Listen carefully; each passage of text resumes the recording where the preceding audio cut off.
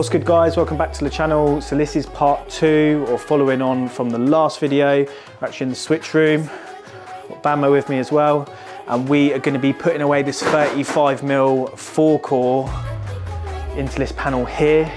We're going into the switch at the bottom. Yeah, I need to get this cable floating into the top of this panel, get it glanded in, put it away, and then hopefully I'll be able to show you guys the fire damage area as well, the damage that ruined the original submains. That's the reason why we're here. We're replacing these cables. It should be a good one. I'm gonna jump up there. I'm gonna give the camera to Bamo, but first we'll run the intro and get into this video.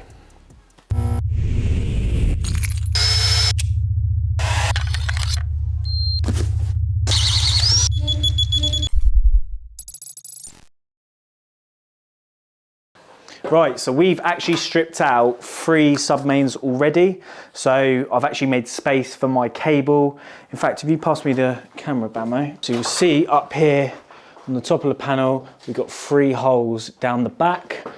So what we're gonna do, the one with the separate earth is our cable, and it's literally gonna float over the top and drop into the same 3 holes at the back. Like I said, we're replacing these submains one by one because they were completely destroyed in the fire.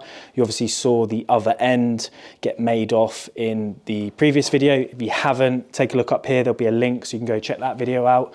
But yeah, we've got to get 3 into this panel. There's also an outside lighting cable, so there's all sorts of cables being replaced, but we've just got authorization to do the one right now. Even though that's the case, I want to be forward thinking with where I'm putting this cable, and that's why we've removed some of them and we're going to go at the far back so the other cables can just fall in line with it. Once we're through the hole in the back, we just need to utilize some of the existing earth links and stuff, so that's great.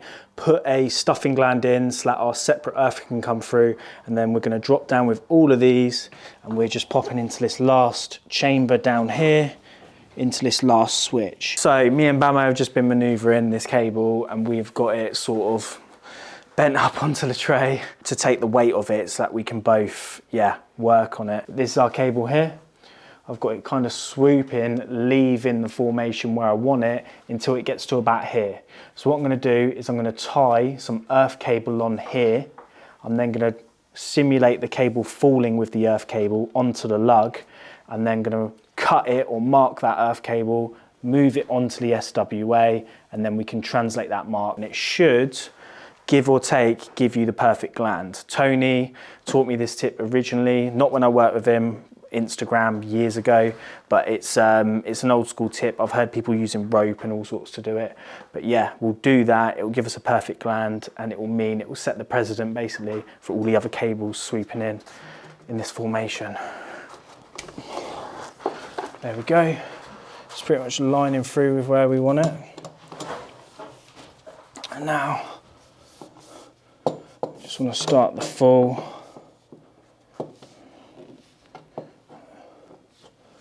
That'd be quite nice if it come down, but we want to go inside. Put it in the hole, look.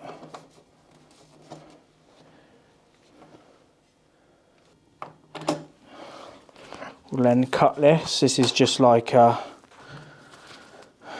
rough cut for now. And then basically I want this actually sat on this side there, because that's where I want the steels to end. And then if I hold that, straighten this up a bit, I'm happy that this edge that my fingers are holding onto, this side of this earth cable, is basically going to be this side of the armoured. So now we just want to grab this and mark it onto the SWA.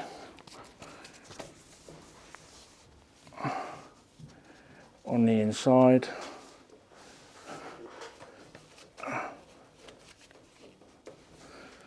Happy with that, happy with that, happy with that. So we'll say about there. And that is where we want to start the stripping process. That's where we want to start making our armoureds.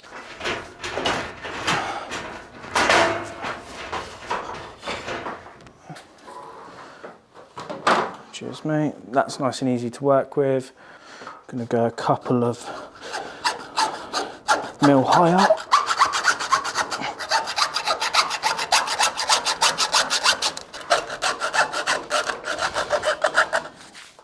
Sweet.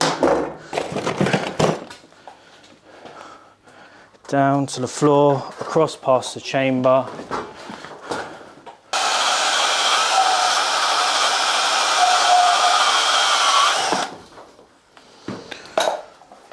That's more than enough. There we go.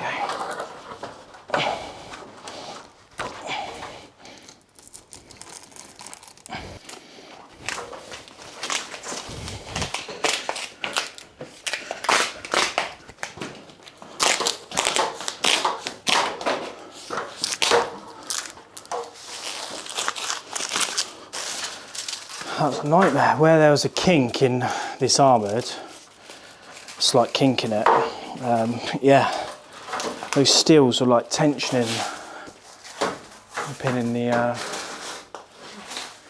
yeah, some of them are even come off, like that one's pretty much come off, because there was so much tension in those armourings, and where I've removed that wrapping, they've just all whew, spun.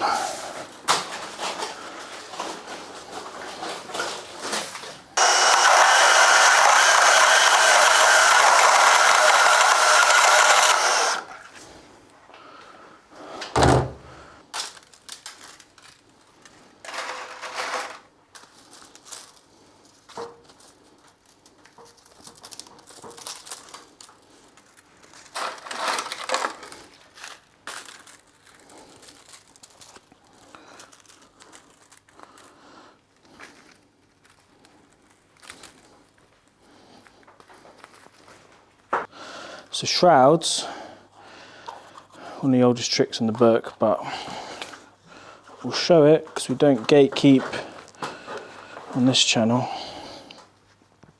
So you just want to do that. Now the reason why I'm going a little bit higher is because it's never right, it's never perfect. And also you want a snug boot.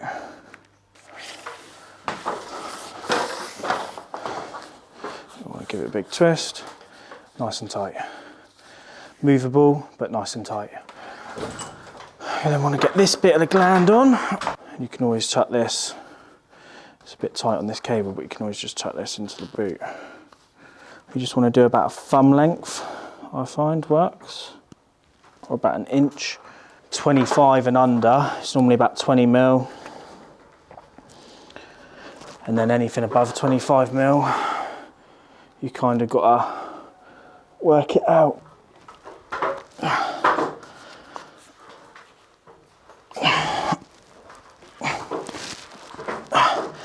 That should be enough.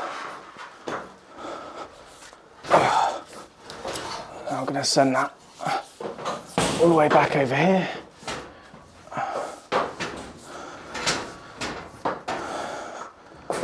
Sweet, that's fine, mate. I've got this. You just worry about getting them angles.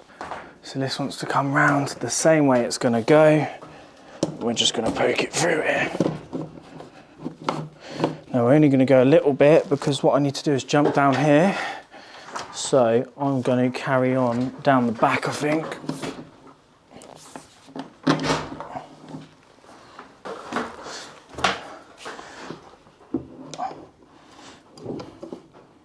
I think we missed that because it was a little bit dim, but we're back on. That, if you just follow that, in fact, give it here, look. So that's landed there, spot on. And then I'm just pushing it back. I'm holding it in my hand because I don't want it to be flat. If you put it flat where it was, it's overshooting massively, but I don't want it to. I want it to sit like that, which is what I'm going to do when I train it with tie wraps, because I want it to swoop. You see, you've got the bottom three. These swoop higher, they swoop higher again. So I'm happy, falls nicely. We've got the same sort of gap between them all. Obviously the gland's all over the place at the minute because it's not bolted down. But yeah, that is how you line up glands perfectly, pretty much perfectly. That technique delivers pretty much every time. Cable is the best way because cable has the same sort of rigidity. If you use like rope or something, it's not always perfect. But yeah, That's the technique. I'm going to start by tightening the base of the gland into the panel. I'm then going to tighten this down onto here, and then we'll force this back. We'll maybe put some tie wraps between these two cables to sort of train it to sit there overnight, and then after a day or two we'll cut them and it should be sweet. Let's get Gland in.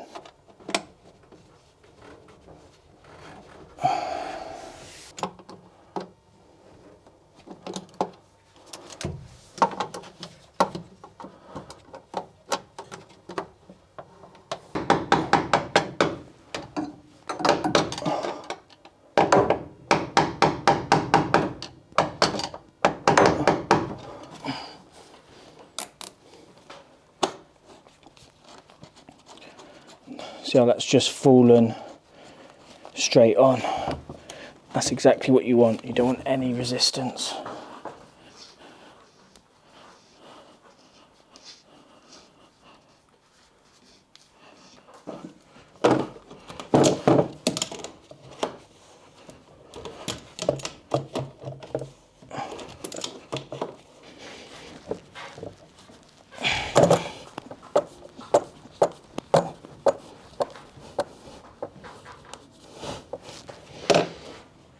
Going to get a couple more tie wraps on it, just to hold it exactly where I want it.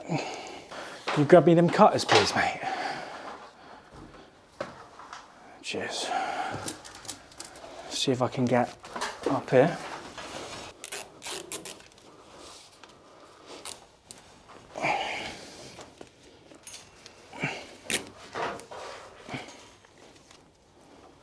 Put that there.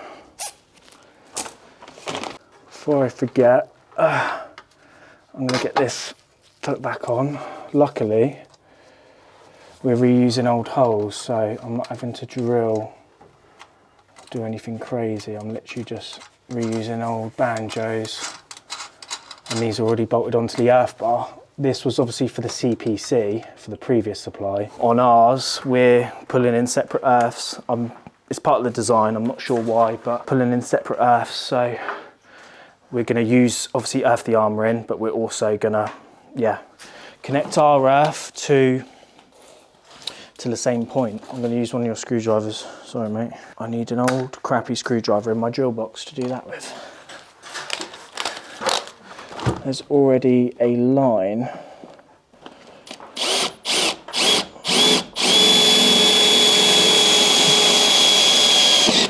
Because the old contractor didn't remove any of their markings.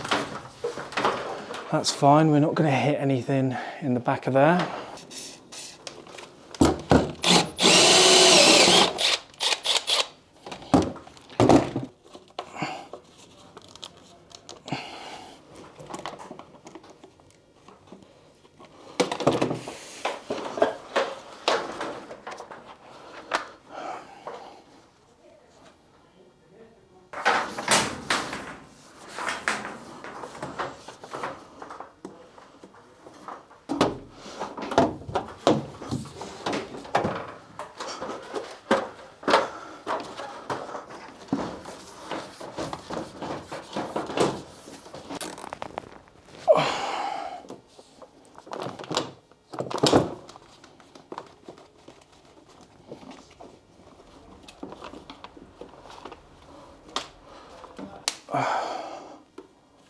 Gonna leave those because they're obvious.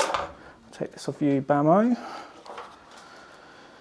And yeah, you should be able to see the earth coming down, dropping into the stuffer. I might put one more a bit closer. Yeah, I'm probably gonna put one more there. But yeah, and then those ones that I've left uncut are just temporaries, just to train this cable. Looks pretty good. Falls in line. Happy days. Now let's get into the fun bit. Right, so we've got some spare earths here. 1, 2, 3. We have got some spare ways, so we don't want to get greedy. It's also very busy back there. Where's our banjo earth? It's onto that one, so we could come across and come onto there, share the same one. Top of the bolt is about there.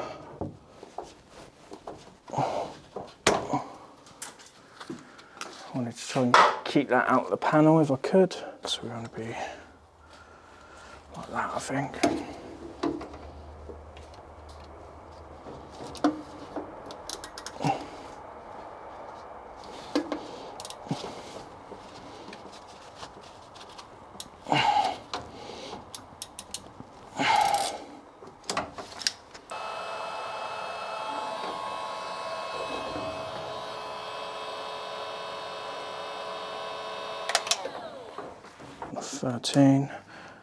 Rarely used, but so handy.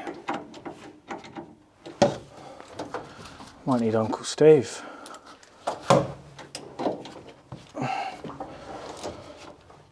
Oh, there we go. Even the mention of the name. I think the socket set got scared. That's what it was.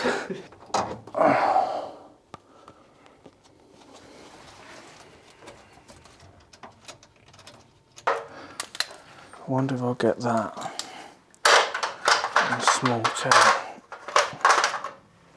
That and small 10 behind. Yes. Okay. That's going to be a far easier way of doing it.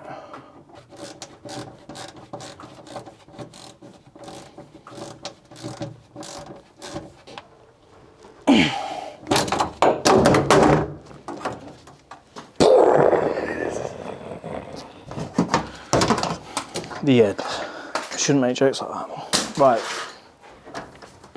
So if I could take the camera, hopefully you can see in the back of there that earth is literally just floating nice and straight onto the bar up there. Now we can strip this and get it lugged into our MCCB chamber. So I'm going to start stripping this to get it into here. We're going in this bottom one here, which is lovely. If Bamo pokes his camera around the corner, you'll see we've got these little holes in the Paxlin. So this is basically just a heat rated insulating. I don't know if it's an insulator, but it's non-conductive anyway. And the cable's going to pass through there onto our MCCB in there, nice and tight. So I'm actually going to strip this about here, I reckon. They've stripped all theirs bare. I'm not a fan of it, to be honest with you. I like to leave it as long as I can and then strip it right at the last minute. I think it just looks neater, stops it looking like that.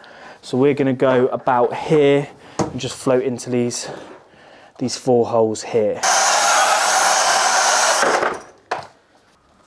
You ever thought about having an editor? Nah, it would never work. What do you like it, how you like it? I like it how I like it, but also because of like the level of technicality, it's really hard to like. I like to get really educational and nerdy and technical. So an editor who's not an electrician's just not going to know whether that's fluff or whether if I'm just waffling on, someone might average YouTube editor will be like, cut that because he's waffling on, and I get it. It's probably terrible for like my metrics and stuff. But what the viewers want, a lot of the time, a lot of the feedback is, oh, I really like how you explain that, or I really like that you didn't just time lapse that or jump to that bit because I've now learned how to do this. So knowing, like, I don't want my videos to be an hour long. They used to be really long. Yeah. I'd literally just put the clips together, wouldn't even put any cuts in. Just bang all the clips together, yeah, back in the GoPro days. Yeah. Now I do chop a lot out just to make them more flowy, and I do love like cinematography and making an interesting video. So you really need to know, right, what can you cut out where it still makes a sense from an engineering perspective, from a storytelling perspective in an electrician's mind. Yeah. And unless I find an electrician who doesn't want to be an electrician anymore and wants to edit, then it's going to be incredibly hard. But yeah, I do enjoy it as well. I enjoy the creative process. I love filming as well. I love my cameras, but it's not so much, it doesn't take me much longer to film because worst case I can just set the camera up in the corner. And I've done that for years. But what it is I make a better video when I'm just focused on the video. As when I'm focused on the camera and the angles, and sometimes I'm not focused on the content, yeah. Not the task, but like making the task interesting and dropping as much knowledge as possible. You ain't got any black tape, have you? Cheers, mate.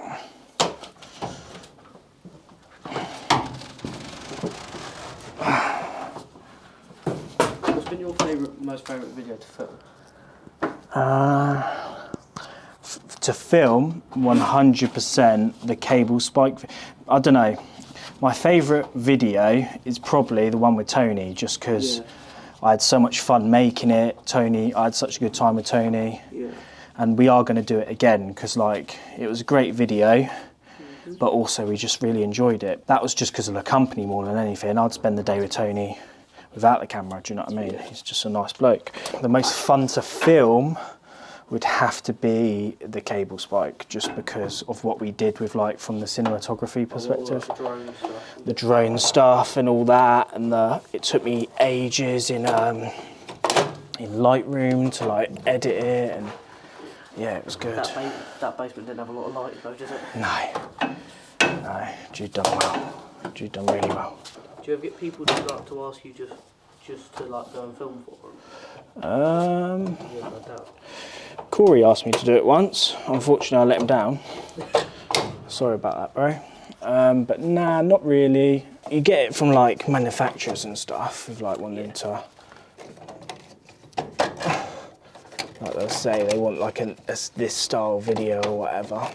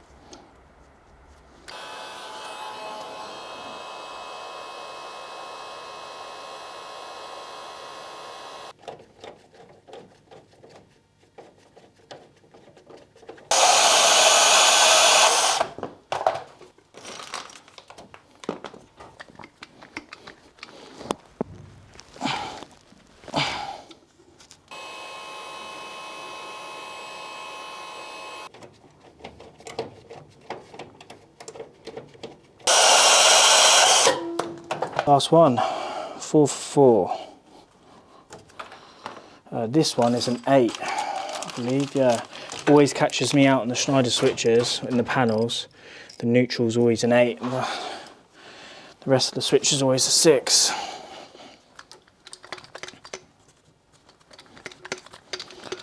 Slightly shorter barrel on these, so I'll just tap the once in the centre.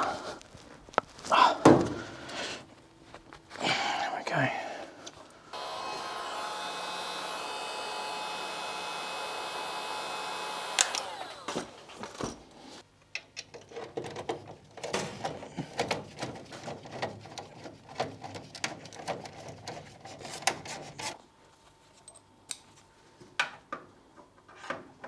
That doesn't fit either. Okay, so what we're going to have to do is tighten them up as much as we can. And I'll have to come and tighten them up. Have you got a set of Allen keys, mate?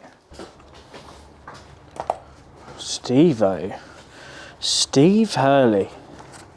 You probably watch this, but Steve, I was not expecting Jay to pull these out of the bag.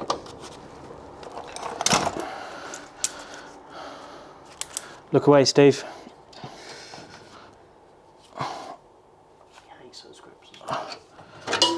Okay. Right.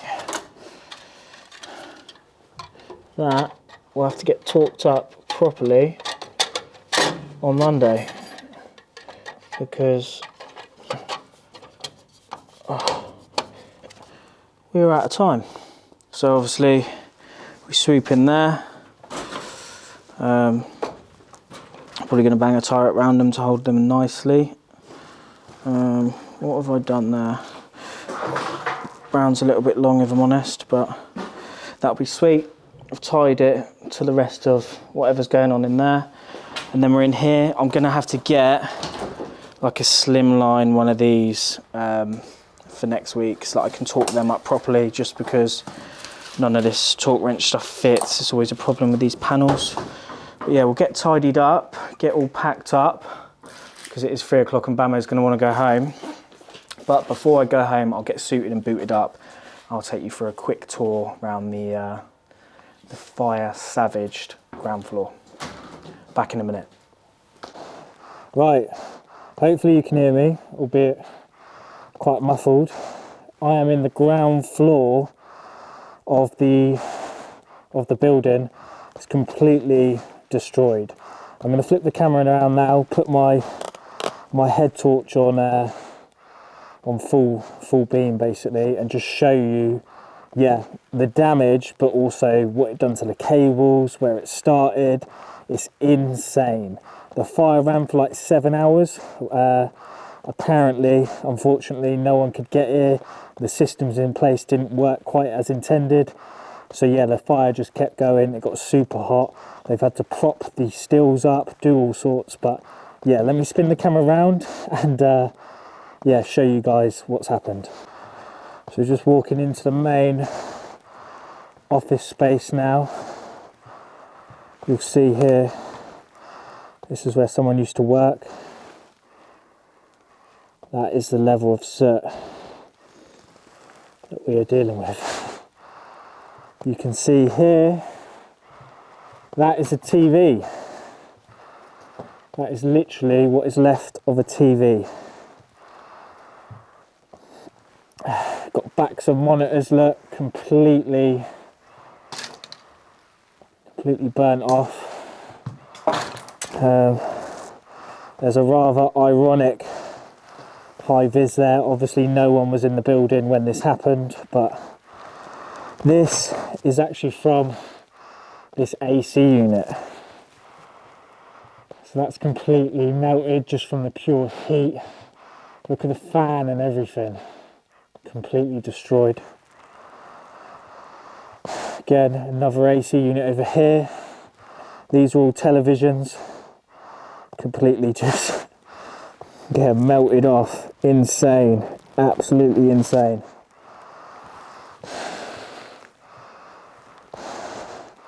These are props that have been put in to support the floors above. I don't exactly know why, but I'm assuming the fire has put a bit of stress on the existing steelwork. You can see they've propped around the existing steels. They've also put additional supports in as well.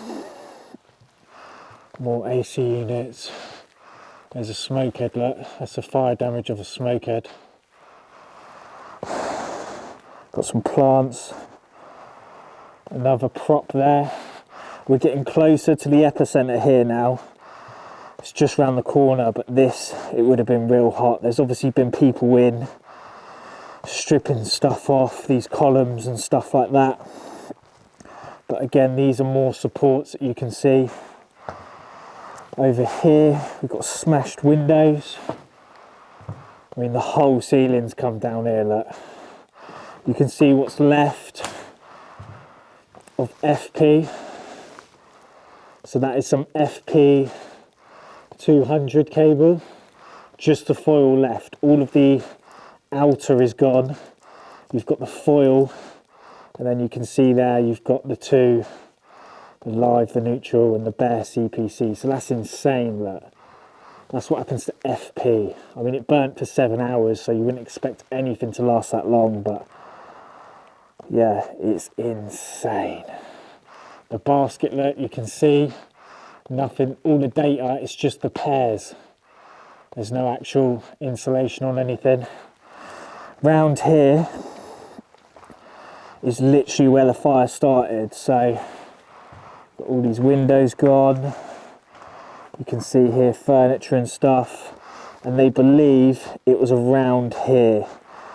There's obviously like a lot of tech and stuff here, and they reckon it's something to do with that around here. Not really too sure, but again, look at this. Speaker wires, data cables, all just completely melted away. There's more FPs running down the wall here to this cool point, and you can see up there there's nothing but the foil left. This area, the fire door, really done its job actually. It must have lasted a pretty long time, and didn't really let anything through. But out here, I mean, with this being the epicenter right here, that's pretty crazy. If I take you guys through here, it's going to lead round to a bit of a breakout area. We've already got some site temporaries in and stuff like that just to illuminate the area.